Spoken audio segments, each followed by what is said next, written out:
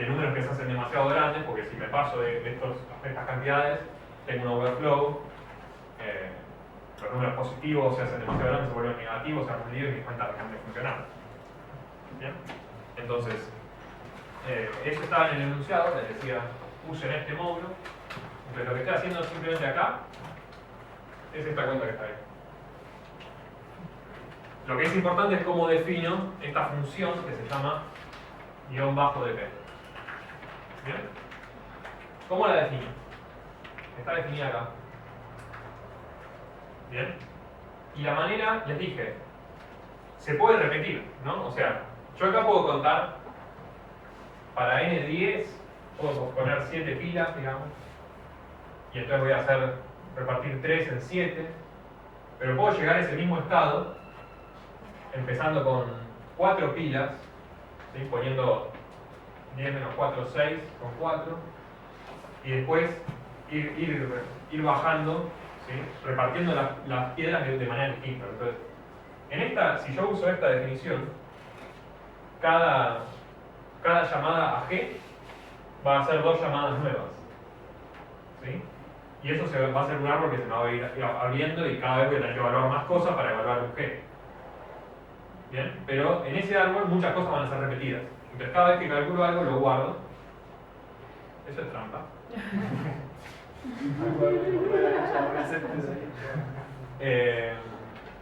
Entonces en vez de calcularlo cada vez, lo voy a guardar. La manera de guardar las cosas es trivial, ¿sí?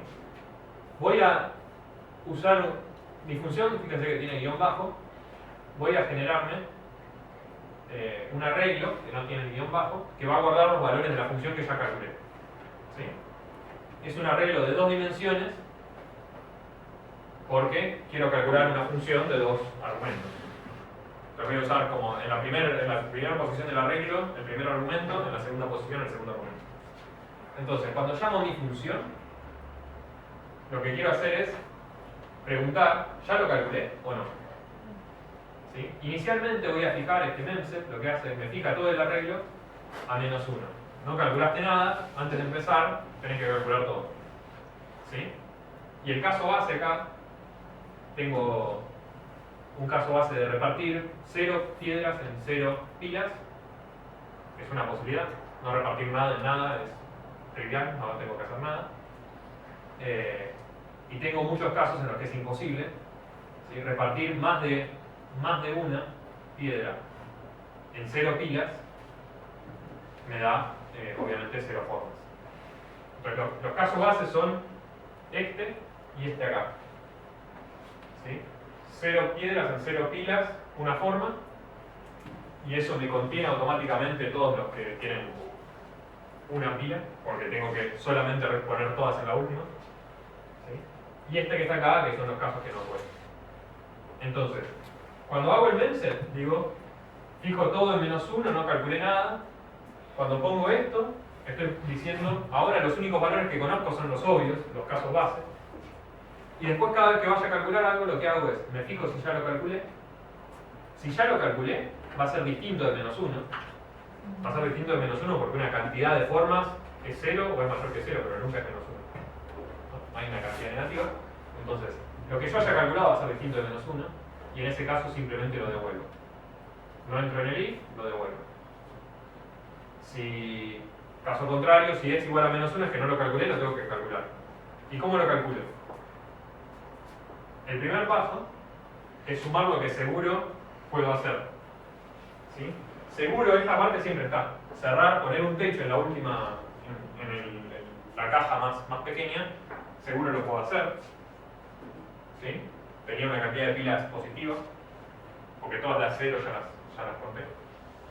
Entonces, seguro que puedo cerrar una pila y seguir adelante. Entonces, a la cantidad esta que quiero calcular, la asigno el valor. Fíjense que estoy usando la función. Estoy usando la función y no el arreglo, porque no sé si esa posición ya la calculé o no. La función se va a ocupar de determinar recursivamente si ya lo calculé o no. ¿Bien? Pero digo, bueno, una posibilidad es perder una pila. Hasta le puse nombre a las cosas. No se puede creer. Normalmente no tendría nombres así. Bueno, a la cantidad de pilas le resto 1 y dejo las mismas piedras para repartir en una pila menos. ¿Sí? Puedo estar seguro que esta pila está todo bien porque de entrada ya le había asignado una piedra. ¿Sí? Entonces seguro que estoy cerrando una pila correcta. Y la otra opción es, si la cantidad de piedras me alcanza para poner una piedra en cada pila, también lo tengo que hacer. Y eso me saca esta cantidad. Un segundo.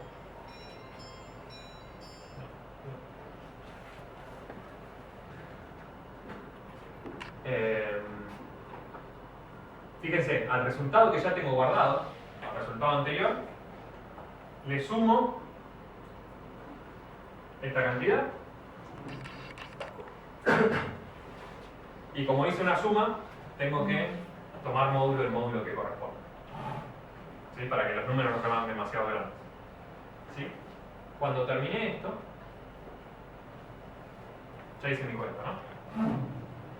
Consideré la opción de cerrar o la opción de poner una piedra más en cada pila, ya quedó calculado, salgo del if y lo devuelvo. ¿Está bien? ¿Se entendió la implementación? Entonces, este tipo de problema es muy importante que uno haga el análisis en papel y cuando lo tiene que tener en la cabeza que la implementación tiene que ser elegantísima. Si no es elegante, es que el análisis está haciendo algo raro. ¿Sí? O sea, la programación dinámica lo difícil de tener es definir el estado o entender cómo llego al problema que me permite pensar en programación dinámica. ¿Sí? Pero una vez que tengo un estado correcto, si tengo una fórmula recursiva, ¿y cómo lo implemento? Recursivamente. ¿Sí? Y la implementación recursiva de la máquina va a trivial porque hago llamadas a la misma función. Y la manera de saber si ya lo calculé o no, una cosa así, un arreglo. Si los números pudieran ser negativos, no puedo usar el -1. Entonces por ahí tengo que usar un arreglo de booleanos para saber lo calculé o no lo calculé. Un arreglo auxiliar. Pero no va a ser en nada más complicado que esto. Puedo tener, fíjense que acá está la definición de la función. Estas dos líneas son esto. Entonces, si mi función es más complicada, adentro de una estructura como esta, donde controlo si ya lo calculé o no, si ya lo calculé salto directo acá, si no lo calculé, escribo mi fórmula. Si tengo que cambiar algo, lo tengo que cambiar acá. ¿Sí? Entonces es una manera de implementar las cosas bien acotada, que resulta en una solución a un problema bastante complicado, que tendrá, no sé, si sacás estas cosas medio molestas, pero tendrán menos de 50 líneas, seguro. ¿Sí? ¿Se ve? ¿Vos estabas probando implementarlo así? Yo había llegado a una expresión con una función de 3 parámetros y no podía ser la dinámica porque tenía 3 parámetros, se me iba 1000 por 1000 por 1000. Bien, entonces lo que falta hacer acá es el análisis de la complejidad. ¿Sí? Y cuando uno hace programación dinámica, el análisis de la complejidad a veces es medio raro, porque digo, bueno, a veces tengo que calcular unas cosas, a veces tengo que las tengo calculadas, pero la manera más fácil es hacerlo amortizado. ¿Sí? Es decir, bueno, en mi código tengo un dp, y en el primer argumento va a haber n, y en el segundo va a haber k. N, lo peor que me podía pasar era que fuera 1000. Y k es la cantidad de pilas, que obviamente es al menos, es como máximo, tiene el orden. Es un arreglo de 1000 por 1000. ¿Qué es lo que sé? Que lo voy a calcular a cada uno exactamente una vez. Y cada cálculo me sale simplemente hacer un número finito de operaciones. 2 en este caso. Hago esto, miro otro. Si no lo calculé, lo calculo, pero eso lo estoy contando cuando calcule aquello. ¿Sí? Entonces, esto lo tengo que pensar como que lo hago una vez, me fijo. Si no está calculado, lo tendrás que calcular, pero será una sola vez. Y lo mismo en la otra llamada. Entonces, cada uno de estos lugares los voy a llenar una sola vez y hacerlo me cuesta 2 llamadas a una función y una suma y un módulo, o sea una cantidad bien infinita de operaciones. Entonces esto es O de n cuadrado. ¿Bien? ¿Se ve? Esto es un análisis amortizado de algo que en principio podría ser mucho más complicado analizarlo, digamos, así, mirando la ejecución del programa. Pero si miro, bueno, ¿qué pasa con este arreglo? Se ve claramente que es O de n cuadrado. ¿Bien? Es decir, si tenías un estado con 3 parámetros, salvo que tus parámetros estén relacionados con algún vínculo, de alguna manera. O sea, había llevado la expresión con 3 parámetros y estaba buscando sacarme el tercer parámetro para toda una relación. Si hay una relación entre ellos, por ahí lo puedo sacar, pero si no hay una relación entre ellos y tengo que llenar 3 cosas, me dará O de n. Lo que estaba haciendo era al revés. Está poniendo primero desde la pila más grande y el tercer parámetro era cuánto se había puesto en la pila anterior. Al hacerlo al revés, al llenar de eso es como un intento de arreglar la primera opción que yo di, ¿no? Pero no es la forma más natural. De esta forma, fíjate que las cosas se arman ordenaditas. ¿Sí? No probé hacer algo así como lo que vos decís. No. Entonces, no sé, por ahí alguien se lo O sea, le implementé en Python como para probarla y andaba con los casos chicos. Sí. Pero bueno, Python además es muy lento. O sea, en C++ por ahí súper optimizada, lográs que te corra hasta 500, por ahí. Sí, tengo que creo que ya directamente me metía... En memoria se te empieza a ir. En memoria se te empieza a ir, pero ahí hay maneras de solucionar eso de otra manera. O sea, calcular primero todos los de un n, después todos los del n siguiente, después hacerlo constructivo, y así te vas borrando los de cierta cantidad más abajo. Pero no era la idea, y no sé, yo no conozco una solución que involucre ir agregando pila por pila. ¿Sí? Siempre es, mirás todas las pilas a la vez y intentás generarlas todas en orden. ¿Qué me faltaba decir? Bueno, esto entra en tiempo, es 1000 por 1000, es súper rápido. Hay una solución, para el que lo quiera pensar, que usa mucha matemática y es mejor. Pero usa mucha matemática. O sea, porque este es un problema combinatorio. Entonces, involucra particiones y tiene toda una formulación matemática que es básicamente cómo particionar números en distintos conjuntos. Entonces, hay una solución y subí a Spock para el que la quiera probar si se le ocurre algo. Un problema que es igualito, solo que el límite es 10 a la 5. Entonces, 10 a la 5 no entra acá, tienen que código eso.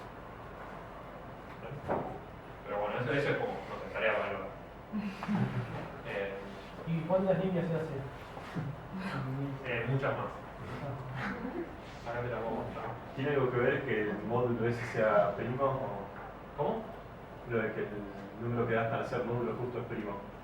No, bueno, no son tantas, ¿no?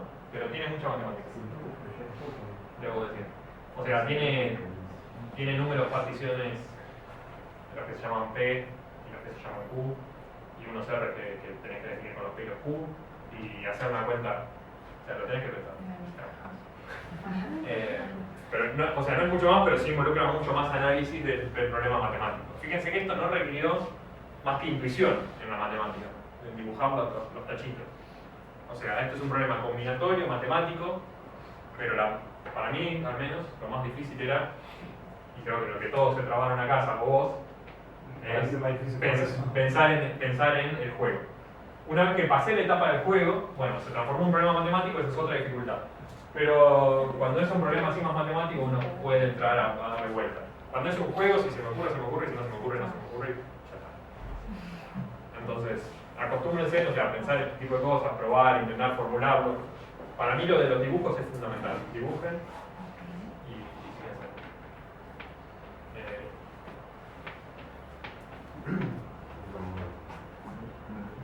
¿El I? Dice,